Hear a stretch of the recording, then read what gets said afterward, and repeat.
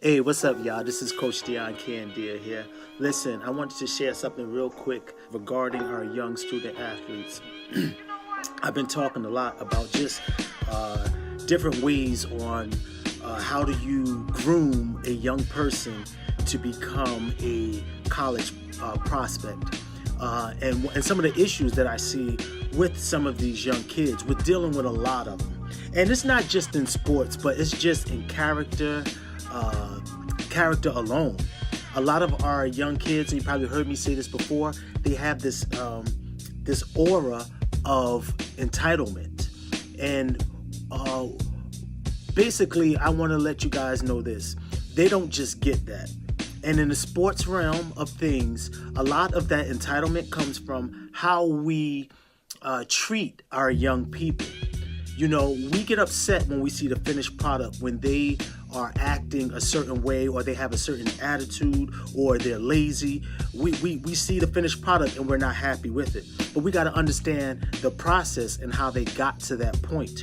One of the biggest disservices that we do to our young people is that we hand them things way before they even earn them but way before they even appreciate them. And one of the things that we hand them is these titles.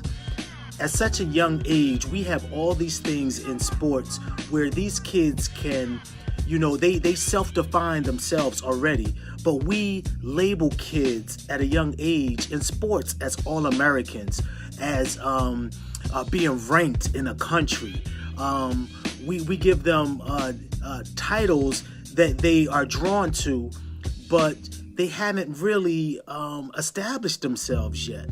One of the biggest things that, one of the biggest negative things that I think we could do to our kids, especially with sports, is to give them a title that really is irrelevant if they don't work to that title. And we don't know what is going to be required of them to reach the titles that we give them. I hear of programs, Pop Warner programs, middle school programs, they call some kids Division I prospects. Let's think about this. Division I is the highest level of competition in these big universities. A kid that's 9, 10, 11, 12 years old, you're going to attach Division I to them. Now let's think about this. From the time they're in middle school, which is 3 years, going into their freshman year of high school, you've been calling them a Division I prospect. Oh, he's D1. Watch out for him. He's going to do great things. He's going to a big university and all that stuff. Okay, so the kid has that in his head. The community gets that in their head.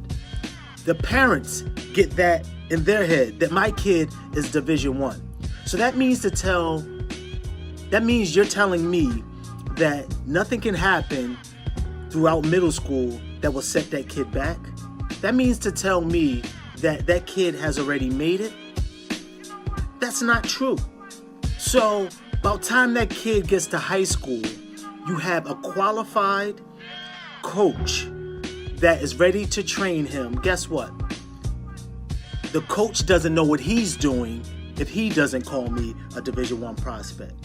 Forget about teaching now. This kid has a title that's been attached to him from people who had their own personal motives. Now this kid believes that he has arrived. So now when he's actually getting teaching, when he's actually getting something that's going to help him to fulfill that title that was given to him, he acts like, I don't need your validation because I already got that validation when I was in middle school in Pop Warner.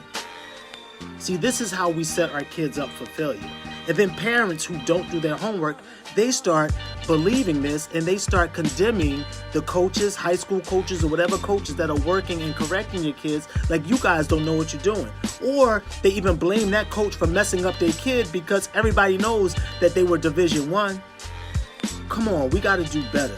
We have to stop labeling these kids, let them earn these titles. Stop giving them these titles. And one of the reasons why we give them titles, because it's a selling point for us as adults, as coaches.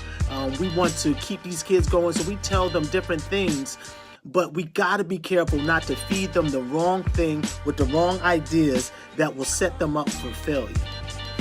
We have to do better. We have to educate ourselves, and we have to put our kids in the care of those who really know what they're talking about, and more importantly, who have their best interests in mind.